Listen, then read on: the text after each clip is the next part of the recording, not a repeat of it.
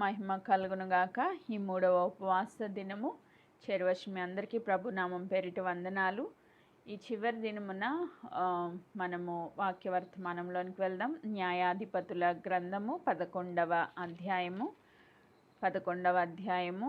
ఈ అధ్యాయం మొత్తం ధ్యానం చేయాలి మనం, కానీ మనకున్న సమయం చాలా కొంచెం కాబట్టి నేను ఒక స్టోరీ లాగా చెప్పుకొని అవసరమైన పాయింట్స్ మాత్రం చదువుకుంటూ మనం ముందుకెళ్దాం. ఈరోజు ఎఫ్తా అనే ఒక న్యాయాధిపతి కొరకు ధ్యానం చేయాలని దేవుడిచ్చిన ప్రేరణను బట్టి నేను సిద్ధపరచబడడం జరిగింది. దాని నిమిత్తమై న్యాయాధిపతుల గ్రంథం 11వ అధ్యాయం 1వ వచనాన్ని నేను చదువుతా ఉన్నాను. గిలాదు వాడైన ఎఫ్తా పరాక్రమము గల బలాఢ్యుడు. పరిశుద్ధాత్మదేవుడు ఈయన గురించి రాయిస్తూ మొట్టమొదటి ఈయనకున్న క్వాలిఫికేషన్ ఏంటి అంటే పరాక్రమము గల బలాఢ్యుడు అని రాసి ఉంచారు. సో ఇదే మాట మనం గిద్యోను జీవితంలో కూడా చూస్తాం. ఆయనకి తెలీదు ఆయన పరాక్రమం గల బలాఢ్యుడు అని. యెహోవా దూత ఆయనకి ప్రత్యక్షమై పరాక్రమం గల బలాఢ్యుడా అని పిలిచినట్లుగా మనం చూస్తాం. సో ఇక్కడ పరిశుద్ధాత్ముడు ఈ ఎఫ్తా గురించి ఇంట్రడక్షన్లోనే ఆయన పరాక్రమం గల బలాఢ్యుడు అని మనకు పరిచయం చేస్తూ ఉన్నారు. అయితే అతడు ఒక వేశ్యకు పుట్టిన కుమారుడు. సో గిలాదు ఎఫ్తాను కనెను. ఈయన ఉన్న ఏరియా పేరు గిలాదు, ఆయన తండ్రి పేరు కూడా గిలాదు. ఈయన ఉన్న ఆ ప్రాంతం పేరు గిలాదు, ఆయన తండ్రి పేరు కూడా గిలాదు. సో గిలాదు తన సొంత భార్యకి కొంతమంది బిడ్డల్ని కన్నాడు. నెక్స్ట్ ఒక వేశ్యతో వెళ్ళి ఒక అన్య స్త్రీకి ఎఫ్తాను కన్నట్లుగా పరిశుద్ధాత్మదేవుడు అక్కడ రాయిపించి ఉంచారు. అంటే ఈ ఎఫ్తా ఒక వేశ్యకు పుట్టిన కుమారుడైతే తన సొంత భార్యకు పుట్టిన కుమారులు కూడా అక్కడ మనకి కనబడతారు. అయితే వాళ్ళందరూ కలిసి ఏం చేశారంట, 2వ వచనంలో గిలాదు భార్య అతనికి కుమారులను కనగా వారు పెద్దవారై ఎఫ్తాతో, నీవు అన్య స్త్రీకి పుట్టినవాడవు గనుక మన తండ్రి ఇంట నీకు స్వాస్థ్యము లేదనిరి. ఎఫ్తా తన సహోదరుల యొద్ద నుండి పారిపోయి టోబు దేశంన నివసింపగా అల్లరి జనము ఎఫ్తా యొద్దకు వచ్చి అతనితో కూడా సంచరించుచుండెను. ఆమేన్. సో ఇక్కడ మనం చూస్తే ఎఫ్తా వెలివేయబడిన వ్యక్తి, త్రోసివేయబడిన వ్యక్తి, తృణీకరించబడిన వ్యక్తి. సో తన వెనక చరిత్రను బట్టి చూస్తే తను ఏమాత్రము దేవుని కృపకు కానీ అక్కడున్న వ్యక్తులకు న్యాయాధిపతిగా ఉండడానికి కానీ అర్హుడు కాదు. ఈరోజు మనం కూడా అనుకుంటాం కదా, దేవుని పరిచర్యకు కానీ దేవుని కృపకు కానీ దేవుని ఆశీర్వాదంకు కానీ నేను పాత్రుడను కాను అని చాలామంది ఫీల్ అవుతూ ఉంటారు. సో ఎఫ్తా లాంటి జీవితాల్లో చాలామంది అనుకుంటూ ఉంటారు. ఈరోజు ఎఫ్తాను దేవుడు మనకి ఎందుకు పరిచయం చేస్తున్నారంటే తృణీకరించబడి వెలివేయబడిన వారి పక్షముగా, అంటే వెనక చరిత్ర బహుఘోరంగా ఉన్నప్పటికీ దేవుడు మనల్ని ఆశీర్వదించాలి అంటే, ఆయన కృపను మన ఎడల చూపించాలి అంటే మన వెనక చరిత్రతో ఆయనకి అవసరమే లేదు. రైట్? దేవుడు ప్రతి ఒక్కొక్కరిని ఒక్కొక్క తలాంతుతో ఈ లోకంలోనికి జన్మనిస్తారంట. నీకున్న తలాంతే నిన్ను ఒక ఉన్నతమైన స్థితిలోనికి దేవుడు తీసుకుని వెళ్ళడానికి ఒక మూలంగా ఉంటుంది. సో ఇక్కడ మనం ఎఫ్తా జీవితంలో అన్ని నెగిటివ్ పాయింట్సే.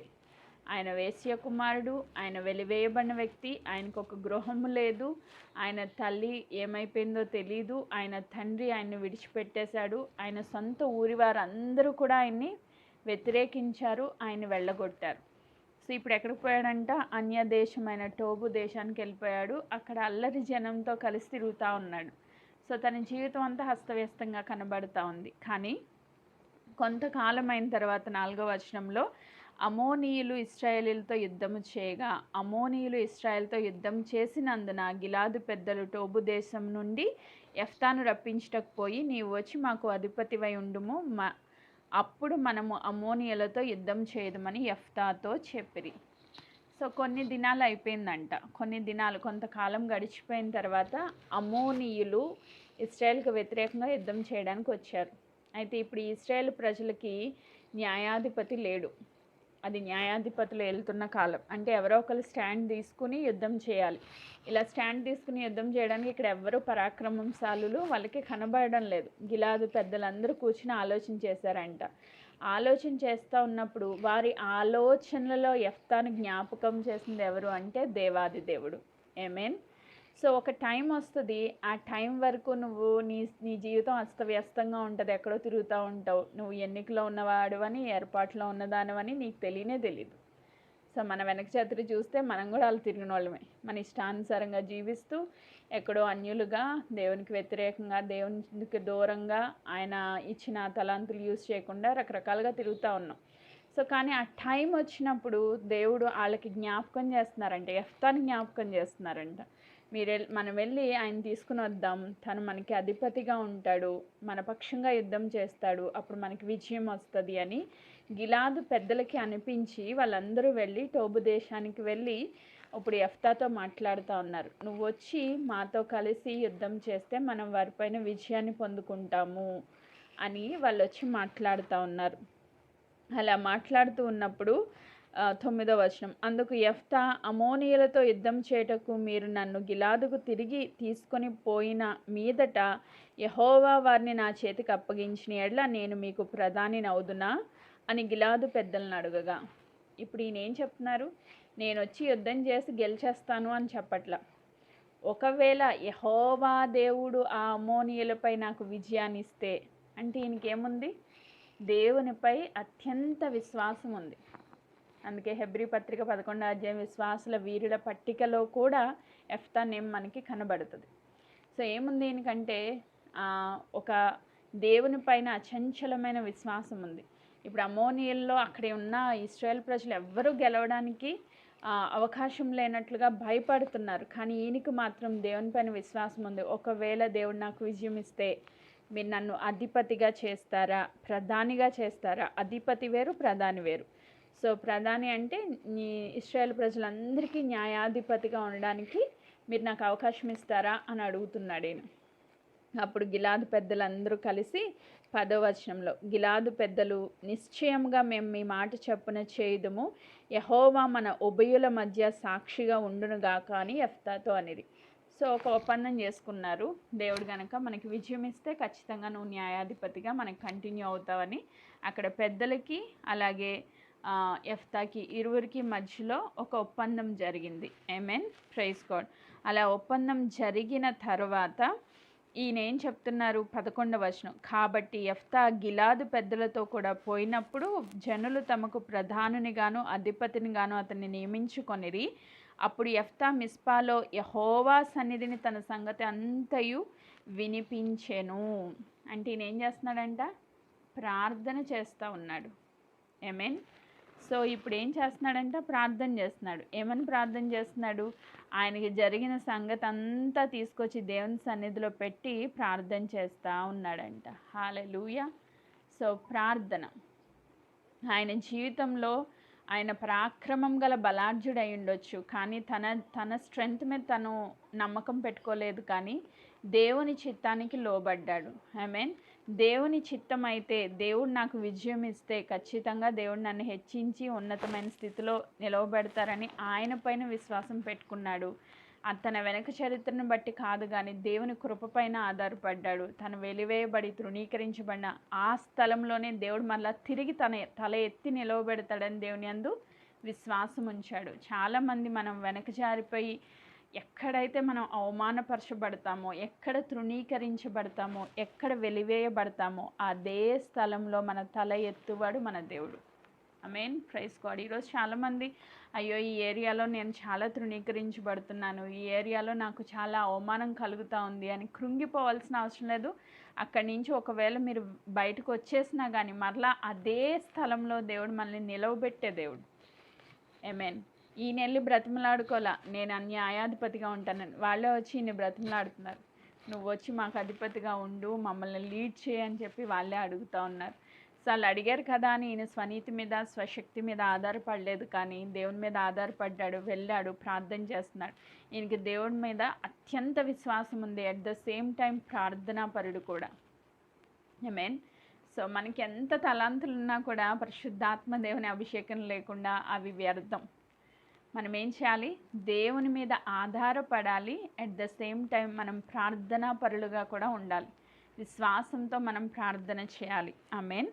నెక్స్ట్ ఇప్పుడు మనం ఆ వచనాలన్నీ చదివితే మనకు టైం సరిపోదు, జస్ట్ నేను ఓవరాల్గా ఒక స్టోరీలా చెప్పేస్తాను. సో సో ఇప్పుడు అమోరియల్ రాజుకి ఒక ఒప్పందం చేసుకోవడానికి జస్ట్ ఫస్ట్ సమాచారం పంపిస్తాడు, మాకు మీకు మధ్యలో గొడవలొద్దు అని చెప్పి. సో ఎందుకు మీరు అసలు గొడవ ఎందుకు పెట్టుకుంటున్నారు, యుద్ధానికి ఎందుకు సిద్ధమవుతున్నారని ఇద్దరి మధ్యలో డిస్కషన్స్ అవుతాయి. ఆ డిస్కషన్స్ ఫెయిల్ అవ్వడం వల్ల ఇంకా యుద్ధం తప్పని పరిస్థితుల్లో సో ఈయన యుద్ధానికి సిద్ధపడి ప్రార్థన చేస్తూ ఉన్నాడు. 29వ వచనానికి వద్దాం. ఏమని ప్రార్థన చేస్తున్నాడంటే, యెహోవా ఆత్మ యెఫ్తా మీదికి రాగా అతడు గిలాదులోను మనష్షేలోను సంచరించుచు గిలాదులో మిస్పేలో సంచరించి మిస్పే నుండి అమోనీయుల యొద్దకు సాగెను. సో ఇప్పుడు ఈయన డైరెక్ట్ యుద్ధానికి దేవుని ఆత్మ చేత ప్రేరేపించబడి ముందుకు కొనసాగి వెళ్తూ ఉన్నాడు. సో ఆయన ఆత్మ ప్రేరేపితముగా యుద్ధానికి సిద్ధమై బయలుదేరి వెళ్తూ ఉన్నాడు. వెళ్తూ ఉన్నప్పుడు 30వ వచనంలో, అప్పుడు యెఫ్తా యెహోవాకు మ్రొక్కుకొనెను. ఎట్లనగా, నీవు నా చేతికి అమోనీయులను నిశ్చయంగా అప్పగించిన ఎడల నేను అమోనీయుల యొద్ద నుండి క్షేమంగా తిరిగి వచ్చినప్పుడు నన్ను ఎదుర్కొంటకు నా ఇంటి ద్వారం నుండి బయలుదేరి వచ్చినదేదో అది యెహోవాకు ప్రతిష్ఠితమగును, మరియు దహన బలిగా నేను దాన్ని అర్పించేదని నేను. సో ఒక మొక్కుబడి కూడా చేసుకున్నాడంట. చాలామంది అనుకుంటాం కదా, ప్రభువా ఈ పని అయిపోతే, ఫలానా పని అయిపోతే నేను ఇంత కానుకేస్తాను అనుకుంటాం కదా. చాలామందికి ఈ అలవాటు ఉంటుంది. ఈ పని అయిపోతే ఈ కానుక దేవునికి ఇస్తాను, లేకపోతే ఈ పని అయిపోతే ఈ కృతజ్ఞత అర్పణ చెల్లిస్తాను, ఈ పని అయిపోతే అని చెప్పి కొన్ని మొక్కుబడులు చేసుకుంటూ ఉంటాం దేవునికి. మనం కష్టస్థితిలో ఉన్నప్పుడు, మన శక్తి సరిపోవట్లేదన్నప్పుడు దేవుని శక్తి మీద ఆధారపడడం తప్పేం లేదు. కానీ దేవుని శక్తి మీద ఆధారపడినప్పుడు కొంచెం చూసి ఆచితూచి మనం మొక్కుబడులు చేసుకోవాలి. కానీ ఈయన చాలా పెద్ద మొక్కుబడి చేశాడు. ఏమనుకుంటున్నాడంట, నేను యుద్ధానికి వెళ్తున్నాను, దేవా నువ్వు నాకు విజయం ఇస్తే తిరిగి వచ్చేటప్పుడు నాకు నా ఇంట్లో నుంచి ఏదైతే బయటకు వస్తుందో దాన్ని నీకు అర్పిస్తాను, ప్రతిష్ఠిస్తాను అని ఈయన మొక్కుబడి చేసుకున్నాడంట. ఆమేన్, ప్రైజ్ గాడ్. సో మంచిదే, ఈయన వెళ్ళారు, అమ్మోనీయులతో యుద్ధం చేశారు, విజయాన్ని సాధించారు దేవుని కృప చేత. ఆ విజయాన్ని సాధించి వెనక్కి తిరిగి ఇంటికి వస్తూ ఉన్నాడు. ఇలా ఇంటికి వస్తున్నప్పుడు 34వ వచనం, యెఫ్తా మిస్పాలోనున్న తన ఇంటికి వచ్చినప్పుడు అతని కుమార్తె తంబురులతోనూ నాట్యంతోనూ బయలుదేరి అతన్ని ఎదుర్కొనెను. ఇప్పుడు ఈయన ఏం మొక్కుబడి చేశాడు, నేను విజయం సాధిస్తే నా ఇంట్లోంచి ఫస్ట్ ఏదైతే నన్ను ఎదుర్కొంటుందో దాన్ని యెహోవాకు ప్రతిష్ఠిస్తాను, దహన బలిగా అర్పిస్తాను అని దేవునికి మొక్కుబడి చేసుకున్నాడు. ఇప్పుడు ఈయన విజయంతో ఇంటికి వెళ్తుంటే తన ఒక్కగానొక్క కుమార్తె, అంటే ఇంకెక్కువ మంది పిల్లలేం లేరు, ఒకే ఒక కుమార్తె పుట్టిందంట. ఆ కుమార్తె అతన్ని తంబురతో నాట్యముతో, అంటే విజయాన్ని సాధించిన తండ్రి ఇంటికి తిరిగి వస్తున్నాడనే ఆనందంతో ఆమె తండ్రిని ఎదుర్కోవడానికి వస్తూ ఉన్నప్పుడు ఆమెను చూడగానే అక్కడ 34వ వచనంలో, ఆమెగాక అతనికి మగ సంతానమే కానీ ఆడ సంతానమే కానీ లేదు, కాబట్టి అతడు ఆమెను చూసి తన బట్టలు చింపుకొని, అయ్యో నా కుమారి, నీవు నన్ను బహుగా కృంగజేసితివి, నీవు నన్ను తల్లడింపజేయు వారిలో ఒక్కత్తివైతివి, నేను యెహోవాకు మాట ఇచ్చి ఉన్నాను కనుక వెనుతీయలేననగా. ఇప్పుడు బాగా ఏడుస్తున్నాడంట. ఇంత గొప్ప విజయం తర్వాత ఎంతో సంతోషంగా ఉండవలసిన వ్యక్తి బాగా ఏడుస్తున్నాడు తన కుమార్తెను చూసి. ఎందుకు అంత బాగా ఏడుస్తున్నాడు అంటే తను చేసుకున్న మొక్కుబడిని బట్టి ఏడుస్తూ ఉన్నాడు. ఆయన ఏం చేశాడంటే మొక్కుబడి, మళ్ళొకసారి 31వ వచనం, నేను అమోనీయుల యొద్ద నుండి క్షేమంగా తిరిగి వచ్చినప్పుడు నన్ను ఎదుర్కొనుటకు నా ఇంటి ద్వారం నుండి బయలుదేరి వచ్చినదేదో అది యెహోవాకు ప్రతిష్ఠితమగును మరియు కింద ఫుట్నోట్లో లేదా దహన బలిగా దాన్ని అర్పించదను. ఏదర్ ప్రతిష్ఠితము లేదా దహన బలి. సో ఈ రెండాట్లో ఏదో ఒకటి నేను జరిగిస్తాను అని మొక్కుబడి చేసుకున్నాడు. సో ఇప్పుడు దేవుడు విజయం ఇచ్చారు, ఇంటికి వచ్చాడు, తన ఒక్కగానొక్క కుమార్తె ఎదురుగా వచ్చింది. విజయాన్ని చూసి సంతోషంతో తన కుమార్తె వచ్చింది. కానీ ఆమెను చూడగానే ఈయనకి చాలా దుఃఖం వచ్చింది, బాధ వచ్చింది. ఎందుకంటే యెహోవాకు ప్రతిష్ఠితం అంటే ఇంకా దాన్ని ఎవ్వరు ముట్టడానికి వీల్లేదు. ఆమేన్. సో సో దాన్ని ఎవరు ముట్టడానికి వీల్లేదు. మనం ఇదివరకు ఇలా ఫాస్టింగ్ ప్రేయర్స్లోనే మనం ధ్యానం చేసాం, నాజీరు చేయబడిన వ్యక్తులు ఎలా ఉండాలి అన్నది. సో అంటే దేవునికి ప్రతిష్ఠించబడిన వ్యక్తులు, నాజీరు వ్రతంలో ఉన్న వ్యక్తులు. అది మగవాళ్ళే కాదు, ఆడవాళ్ళు కూడా నాజీరులుగా చేయబడేవాళ్ళు. ఆ దినాల్లో దేవుని కొరకు, ఆయన పరిచర్య కొరకు సమర్పించుకున్న స్థితిలో కొంతమందిని నాజీరులుగా చేసి దేవుని పరిచర్యలో వాడుకునేవాళ్ళు. సో అలా ప్రతిష్ఠించడానికి తనకి తెలియకుండానే పరిశుద్ధాత్మ ప్రేరణలో తను ప్రతిష్ఠించేశాడనమాట. మనం హన్నాను కూడా చూస్తాం, దేవుడు నాకు మగ సంతానం ఇస్తే నేను నీ పరిచర్యకు సమర్పిస్తాను అని హన్నా మొక్కుబడి చేసుకుందంట. అంటే మన జీవితాల్లో దేవుని ఉద్దేశాల నెరవేర్పుకి కొన్ని సిచ్యువేషన్స్ అలౌ చేసి దేవుడు ఆ ప్రతిష్టలోకి తీసుకొస్తారు. ఆమేన్. సో ఇప్పుడు హన్నాకి లేట్ ఎందుకయింది?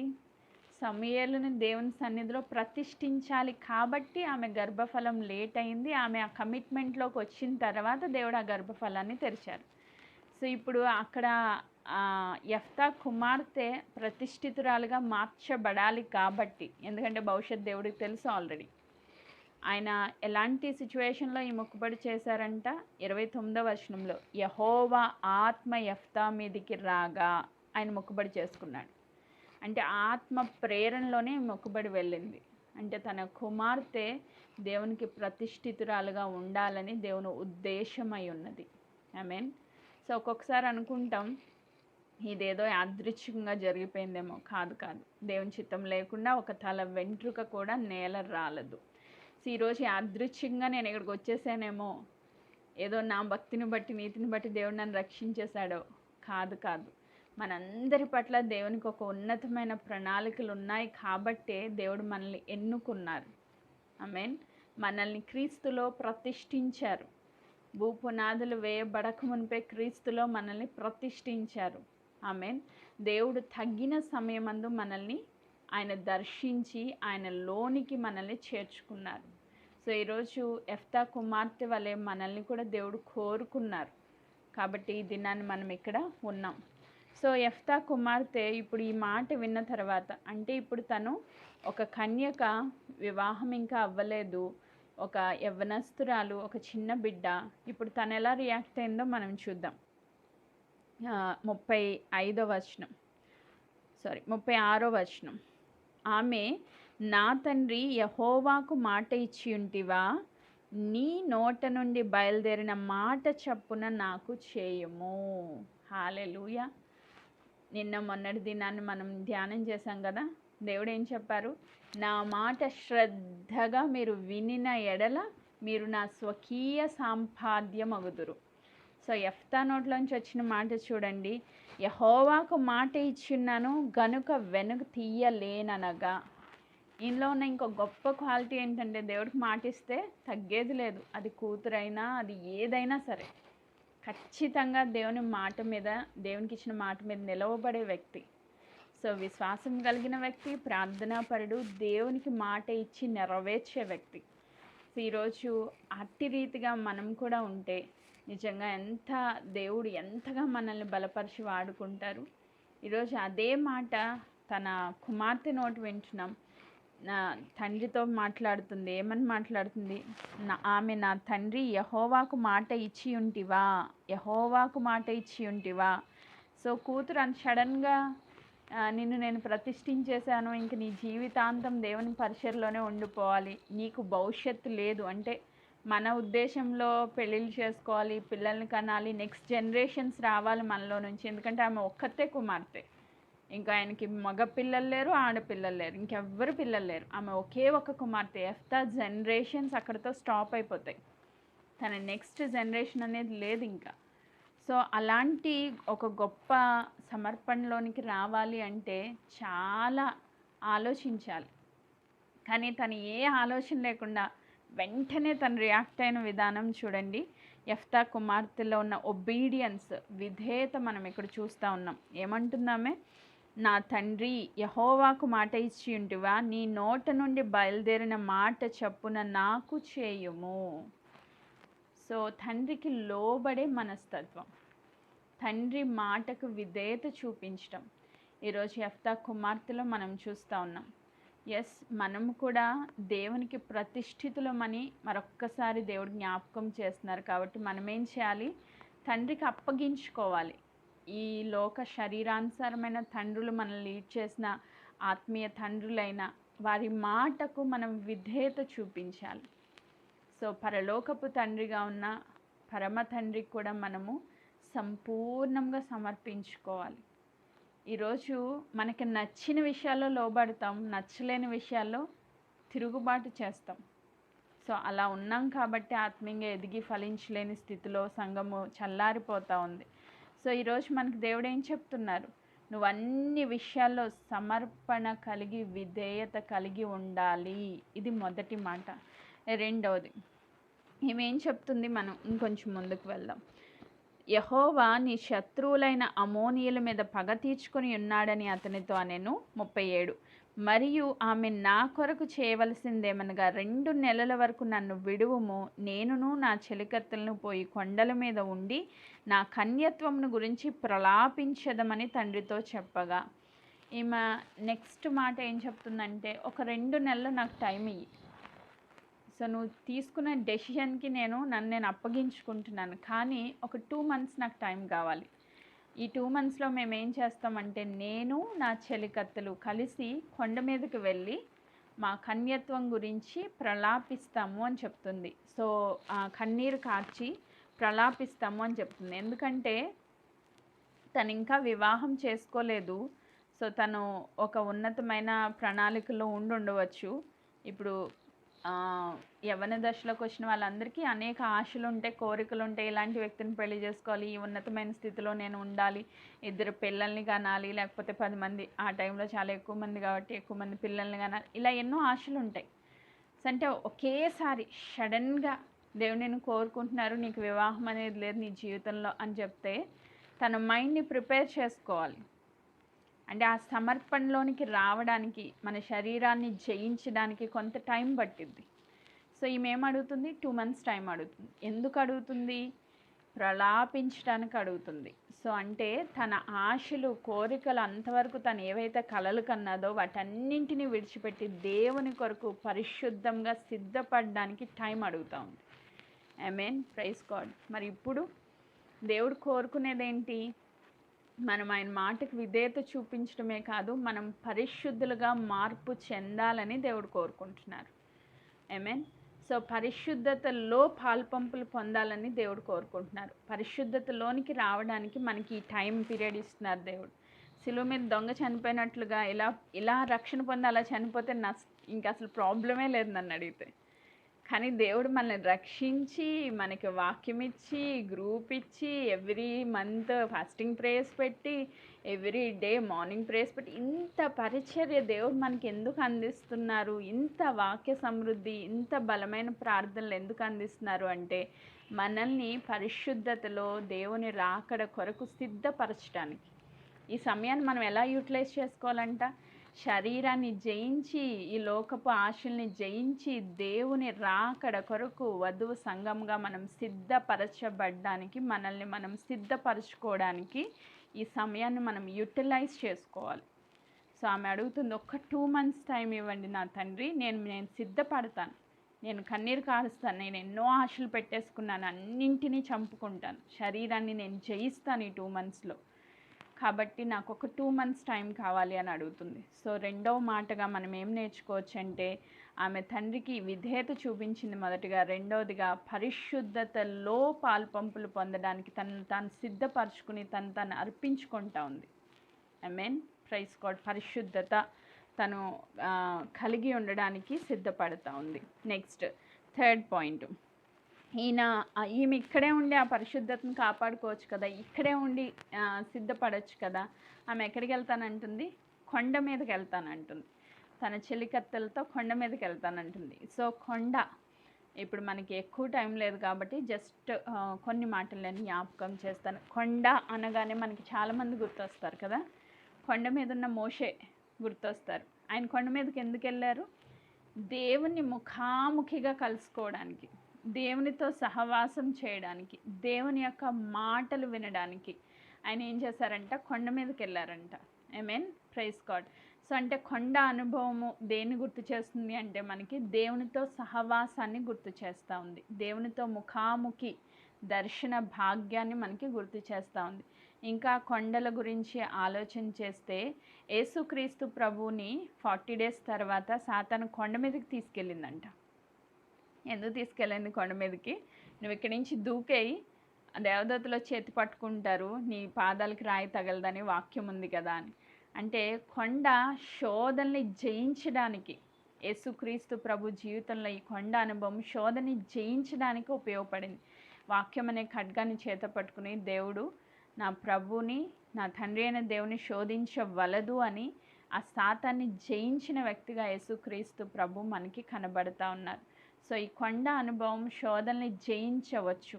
ఆమేన్, శోధనని జయించవచ్చు. మన కోరికలు, మన అంటే ఒక ప్రత్యేకమైన జీవితంలోకి వెళ్ళిపోయాం, అందరితో కలిసి లేము, ప్రత్యేకించబడ్డాం, కొండ ఎక్కాం, దేవునితో ముఖాముఖి అనుభవంలో ఉన్నాం. కాబట్టి వస్తున్న ప్రతి టెంప్టేషన్స్ని మనం జయించవచ్చు. ఆమేన్. ఈరోజు దేవుడు మనకి ఏం చెప్పినారు? ప్రత్యేకించుకోండి అని చెప్పారు లాస్ట్ 2 days. సో ప్రత్యేకత ఎలా తీసుకురావాలి? కొండ అనుభవంలోనికి వెళ్తే ప్రత్యేకత అనేది వస్తుంది. అంటే సెపరేషన్ రావాలి. అందరితో కలిసిమెలిసి జీవిస్తే ఆ ప్రత్యేకత రాదు. సో ఈమె ఎందుకని ఎక్కడికి వెళ్ళిందంట? కొండ మీదకి వెళ్ళిందంట.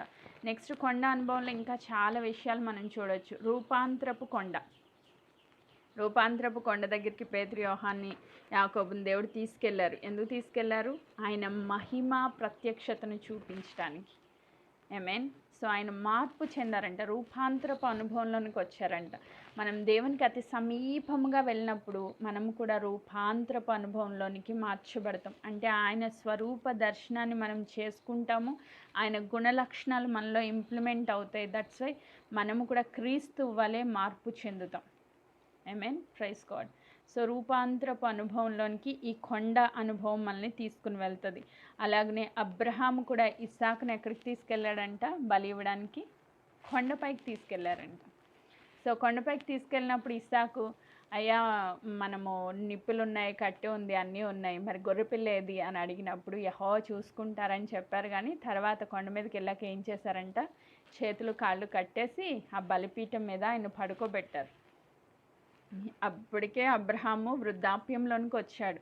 ఒకవేళ ఇస్సాకు అపోజ్ చేయాలనుకుంటే ఖచ్చితంగా విడిపించుకుని పారిపోవచ్చు. అప్పటికే ఆయన యవ్వన దశలోకి వచ్చేసాడు, అంటే చిన్న బాలుడేం కాదు. కానీ ఇస్సాకు ఏం చేశాడంట? తన్ని తాను అప్పగించుకున్నాడంట, తండ్రి చిత్తానికి అప్పగించుకున్నాడంట. తను బలి అయిపోవడానికి ఇష్టపడ్డాడు. బలి దేవుడు తీసుకోలేదు, కానీ నరబలిని దేవుడు యాక్సెప్ట్ చెయ్యరు. కానీ దేవుడు తన హృదయంలో ఉన్న ఆ విషయాన్ని పరిశోధించడానికి ఆ కొండను యూజ్ చేసుకున్నారు, ఆ కొండ అనుభవాన్ని యూజ్ చేసుకున్నారు. ఇప్పుడు యెఫ్తా కుమార్తె పేరు రాయబడలేదు, కానీ ఆమె కూడా తన్ని తాను సమర్పించుకోవడానికి కొండ మీదకి వెళ్ళిందంట. ఆమేన్. సో అంటే ఒక ప్రత్యేకత, నువ్వు దేవుని మాటకు విధేయత చూపించాలి, పరిశుద్ధంగా జీవించాలి, కొండ అనుభవంలోనికి రావాలి అంటే ఒక ప్రత్యేకమైన జీవితం కావాలి, దేవునికి అతి సమీపంగా మనం వెళ్ళాలి. అలా వెళ్ళాలంటే మన జీవితంలో ప్రార్థన అనే ఒక కొండ అనుభవాన్ని మనం కలిగి ఉండాలి. ఆమేన్, ప్రైజ్ గాడ్. అండ్ ఫైనల్గా యెఫ్తా కుమార్తె చేసిన ఇంకొక మాటను మనం చదువుకుందాం. ఇదే న్యాయాధిపతుల గ్రంథం 11వ అధ్యాయము 38వ వచనం. అతడు పొమ్మని చెప్పి 2 నెలల వరకు ఆమెను పోనిచ్చాను గనుక ఆమె తన చెనికత్తెలతో కూడా పోయి కొండల మీద తన కన్యత్వంను గురించి ప్రలాపించెను. ఎందుకు ఇలా ప్రలాపిస్తుంది అంటే అక్కడ వివాహం కాని స్త్రీలు చాలా తక్కువగా చులకనగా చూడబడేవాళ్ళు. నాజీర్లు చేయబడిన వాళ్ళు చాలామంది ఉంటారు. ఆ నాజీరు చేయబడిన వాళ్ళు ఎవరంటే వృద్ధాప్యంలోనికి వచ్చి, లేకపోతే భర్తలు చనిపోయి అలాంటి వాళ్ళని తీసుకెళ్ళి నాజీర్లు చేసి దేవుని సన్నిధిలో వాడుకునే వాళ్ళు అనమాట. మనం హన్నా అనే ప్రవక్తిని చూస్తాం నూతన నిబంధనలో. ఆమె కూడా దేవుని సేవకు సమర్పించుకొని తన భర్త పోయిన తర్వాత తన దేవుని మందిరంలోనే ఉండిపోయి ఉపవాస ప్రార్థనలతో దేవుని యొక్క మందిరంలో సేవ చేసేది. ఆ రీతిగా పరిచర్లో ఉండేవాళ్ళు అనమాట. కానీ ఈమె చిన్ననాటి నుంచే, అంటే ఇంకా యవ్వన దశలోనే ఒక వివాహము చేసుకోకుండా తను సమర్పించుకోవడానికి, మరి తనకి ఇష్టం లేదు, యేసుక్రీస్తు ప్రభు కూడా ఇష్టం లేదు. సిలువ ఎక్కడం ఇష్టంగా ఎక్కారా ప్రభు? అయ్యా నాకు ఇష్టం లేదు గిన్నెలో తాగడం, కానీ నీ చిత్తానికి నేను లోపరుచుకుంటున్నాను అని అన్నారు. సో తినకు కూడా ఇష్టం లేదు ఇవన్నీ విడిచిపెట్టడం. తను అందరిలాగే వివాహం చేసుకోవాలనుకుంది, అందరిలాగే జీవించాలనుకుంది. కానీ తండ్రి చిత్తానికి లోబడింది. ఆమేన్. అందుకు ప్రలాపిస్తుంది. యేసుక్రీస్తు ప్రభు కూడా గెత్సెమనే తోటలో భారముగా ప్రార్థన చేశారు. అంటే కన్నీటితో, వేదనతో ఆయన గుండె కరిగిపోయి రక్తము నాళాల్లోంచి పగిలిపోయి, సో ఆ రక్తము చెమటగా కారునంత భయంకరమైన వేదన గుండా ఆయన నడిచాడు. ఎందుకంటే ఆయనకు కూడా ఇష్టం లేదు సిలువ కార్యమై చేయడం. కానీ తండ్రి చిత్తానికి లోబరుచుకున్నారు. ఈరోజు మనకు కూడా ఇష్టం లేదు ప్రత్యేకించబడిన జీవితాలు కదా, మనకు కూడా ఇష్టం లేదు. 100% మనకు కూడా ఇష్టం లేదు ఇలా జీవించటం, ఇలా ప్రత్యేకించబడిన జీవితం, దేవుని చిత్తానుసారంగా నడిచే జీవితం. కానీ ఎప్పుడైతే మనల్ని మనం లోపరుచుకుంటామో, ఎస్ కొంచెం టైం పట్టిద్ది, కానీ దేవునికి మనం లోపరుచుకుంటామో ఖచ్చితంగా దేవుడు మనల్ని దీవిస్తారు. దేవుడు మనల్ని బహుబలంగా వాడుకుంటారు. ఆమేన్. Praise God. అట్టి కృప మనకి దేవుడు ఇచ్చునుగాక. నెక్స్ట్ ఇంకొక వర్డ్ 39th verse నేను చదువుతున్నాను. ఆ 2 నెలల అంతమున ఆమె తన తండ్రి వద్దకు తిరిగి రాగా అతడు తను మొక్కుకొనిన మొక్కుబడి చొప్పున ఆమెకు చేసెను. సో 2 నెలల తర్వాత ఏం చేసిందంటే తిరిగి వచ్చింది. ఇప్పుడు నువ్వు నేను అయితే అటు నుంచి అట్టే పారిపోయే వాళ్ళమేమో. ఎందుకు వచ్చిన సమర్పణలు, ఎందుకు వచ్చిన గొడవ, సో నా తండ్రికి నేను అప్పగించుకోలేను, కానీ నేను ఇక్కడి నుంచే ఎస్కేప్ పారిపోతాం. సో కానీ ఆమె అన్న మాట చొప్పున వెళ్ళి 2 నెలలు ప్రలాపించిన తర్వాత తండ్రి దగ్గరికి వచ్చి తనంతట తానుగా సమర్పించుకుందంట. ఆమేన్. Praise God. తనంతట తానుగా దేవునికి సమర్పించుకుందంట. ఈరోజు అలాంటి సమర్పణలోనికి సంఘం రావాలని పరిశుద్ధాత్మ దేవుడు కోరుకుంటున్నారు. యెఫ్తా కుమార్తె జీవితాన్ని కూడా మన ముందు పెట్టారు. సో యెఫ్తా తృణీకరించబడిన వ్యక్తి, తనకున్న ఒకే ఒక కుమార్తెను దేవునికి సమర్పించిన వ్యక్తి, ప్రతిష్ఠించిన వ్యక్తి, తన పక్షముగా దేవునికి ఇచ్చిన మాటను నెరవేర్చిన వ్యక్తిగా మన మధ్యలో ఉన్నారు. ఈరోజు ఈ యెఫ్తా కుమార్తె ఎలా కనబడుతుంది మనకి? రాకడలో ఎత్తబడే సంఘానికి గుర్తుగా కనబడతా ఉంది. ఈరోజు యెఫ్తా కుమార్తె వల్లే గనక మనం ప్రత్యేకమైన జీవితాలు జీవించలేదో అంటే, మీరు ఇప్పుడు హస్బెండ్స్ని వదిలేసి, పిల్లల్ని వదిలేసి ఎక్కడికైనా వెళ్ళిపోండి అని నేను చెప్పట్లా. మీరున్న స్థలంలో దేవుడు మీకు ఇచ్చిన స్థితిలో నమ్మకంగా, ప్రత్యేకంగా, ఈ లోకంతో కలిసిపోకుండా దేవునిలో ఎలా ఉండాలంటే నమ్మకంగా, ప్రత్యేకంగా జీవించాలని దేవుడు కోరుకుంటున్నారు. ఆమేన్. Praise God. ఒకవేళ అలాంటి సమర్పణలోనికి గనక మనం వస్తే ఈరోజు వధువు సంఘంలో అంగములుగా మనల్ని కూడా దేవుడు చేర్చుకుంటారు. అట్టి కృపను దేవుడు మనకు అనుగ్రహించునుగాక. తృణీకరించబడిన యెఫ్తాని దేవుడు ఒక గొప్ప న్యాయాధిపతిగా చేసి 6 సంవత్సరాలు ఆయన న్యాయకత్వంలో ఇశ్రాయేలు ప్రజల్ని ఏలుబడి చేసినట్లుగా మనం చూస్తాం. సో దేవుడు ఏ స్థితిలో నుంచైనా దేవుడిని లేవనెత్తగలరు, నిన్ను నిలవబెట్టగలరు, దేవునికి ఇచ్చిన తలాంతులను వాడుకోగలరు. కానీ మనం నమ్మకంగా దేవునికి అప్పగించుకునే వ్యక్తులుగా ఉన్నామా అని చెక్ చేసుకుంటూ ప్రార్థనలోకి వెళ్దాం. దేవుడి వాక్య భాగంను దీవించునుగాక. ఆమేన్. Praise God.